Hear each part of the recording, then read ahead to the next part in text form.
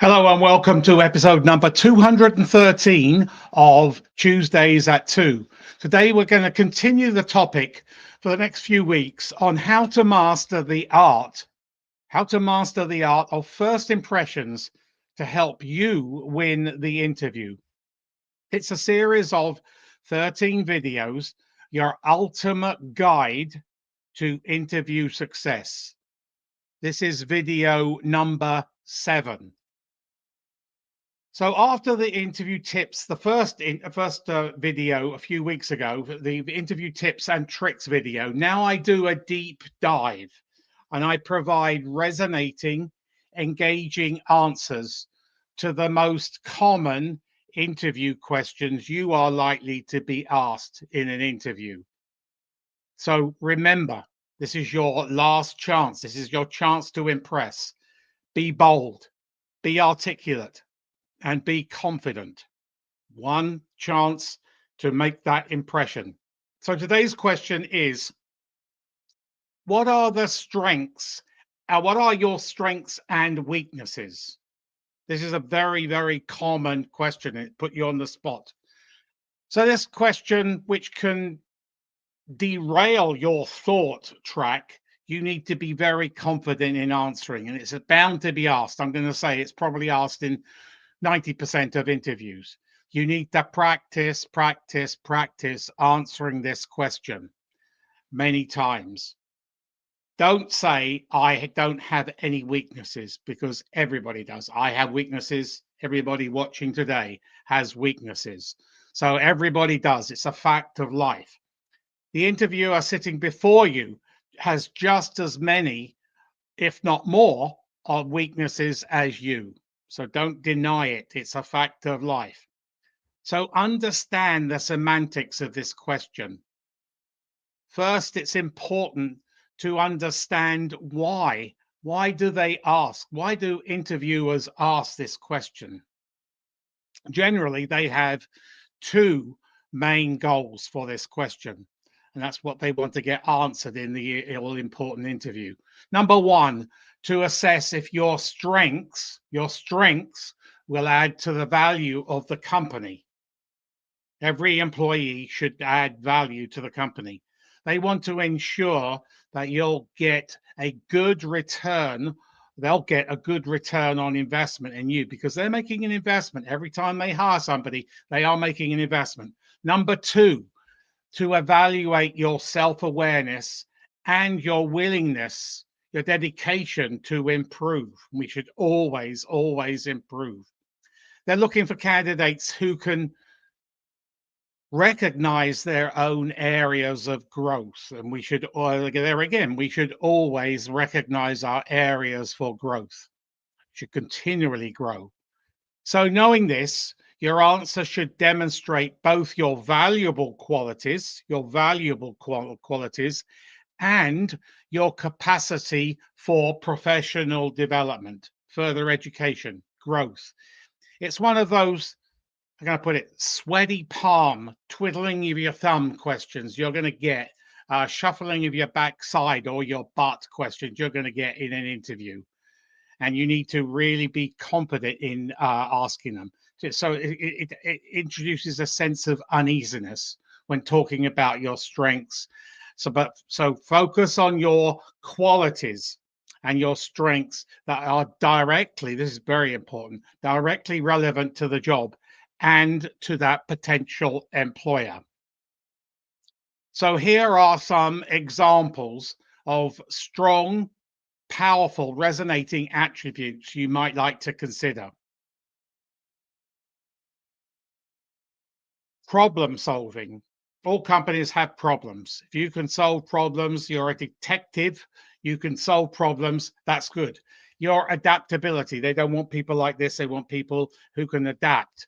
Leadership abilities, creativity, analytical thinking, good, clear, precise communication skills.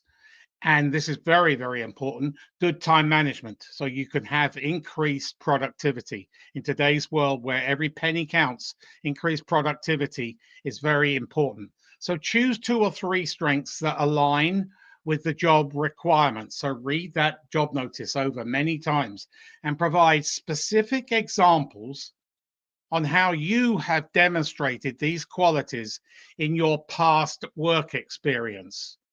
So hopefully some of these stories that you're going to share will be in your resume, because that's what a resume is. This shows that the interviewer shows that the interviewer is not just listening to generic traits, but that you truly possess those strengths and can apply them effectively.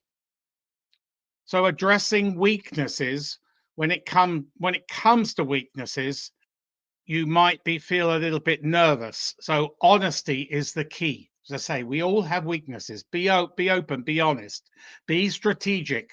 Honesty is even better.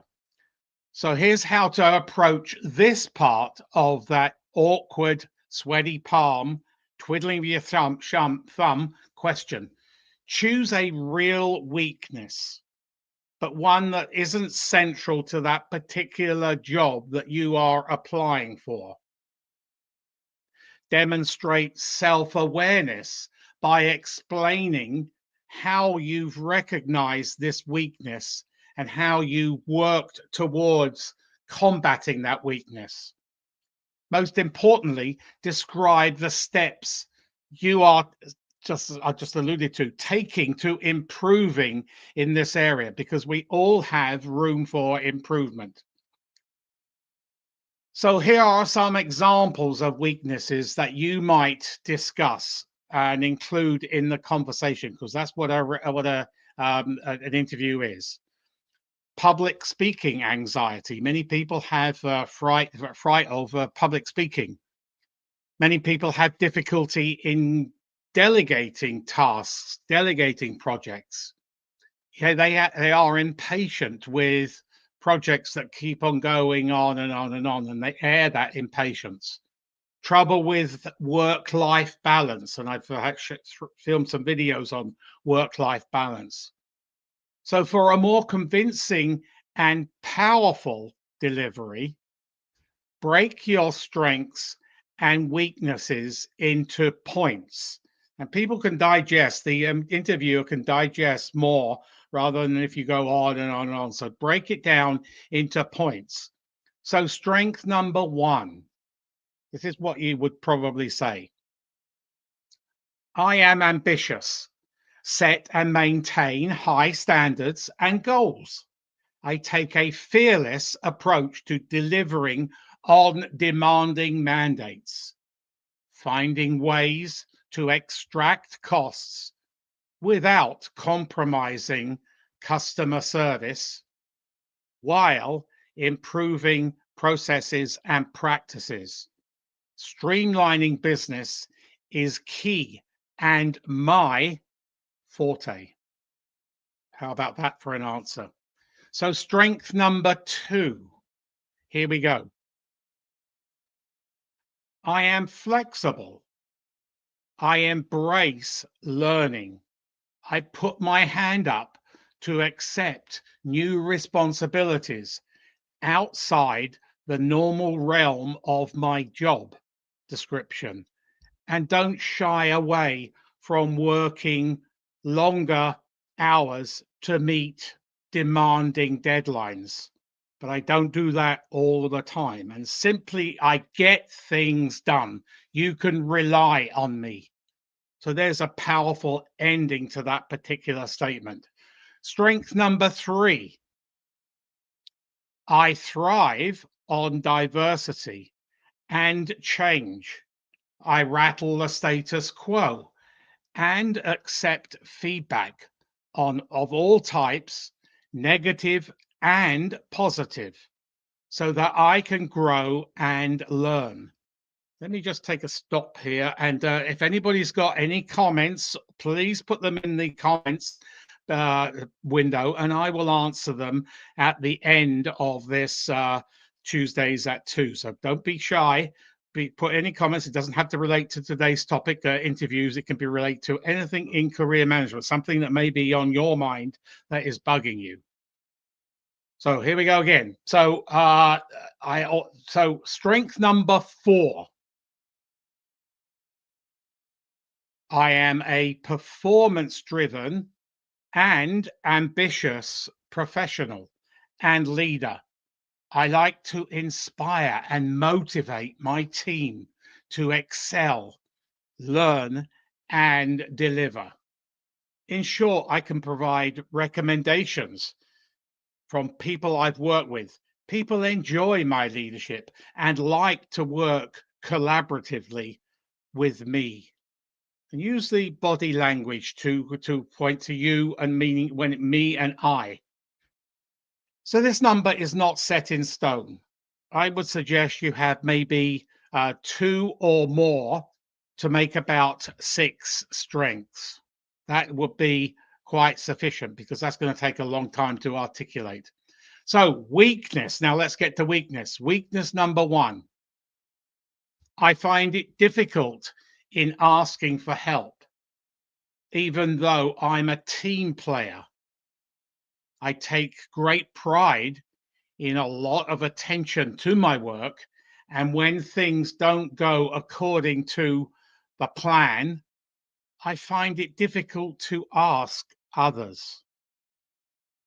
That's a sort of a good weakness to have. Weakness number two, and articulate it. Weakness number two, I do have a tendency to accept too much work and then can become overloaded, which not only affects my attention to work, but sometimes rattles me. I get a little bit impatient. However, some think that saying yes can be a positive weakness. So think about that one. That's a good ending to that particular weakness. So weakness number three, delegating can be a problem for me. I'm not a controlling person. I'm very open, but I like to see a project through from conception to delivery. However, when work gets hot, I brush aside my concerns and I do delegate. That's, you're turning that into a positive. Weakness number four. I guess this can be seen as a strength and a weakness.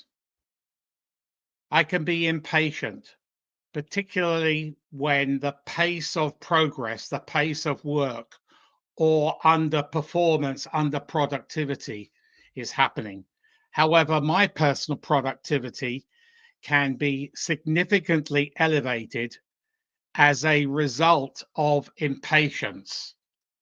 And you, after you recruit me, so you're putting them on the spot there, after you recruit me, will get more bang for your buck.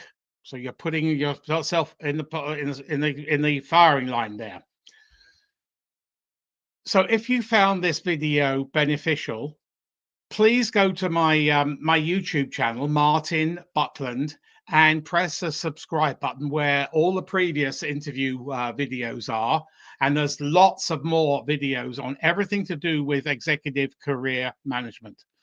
I will see you next week for another Tuesdays at 2, and good luck with your next interview. So I will see you with another video on interviews next week. Have a great week.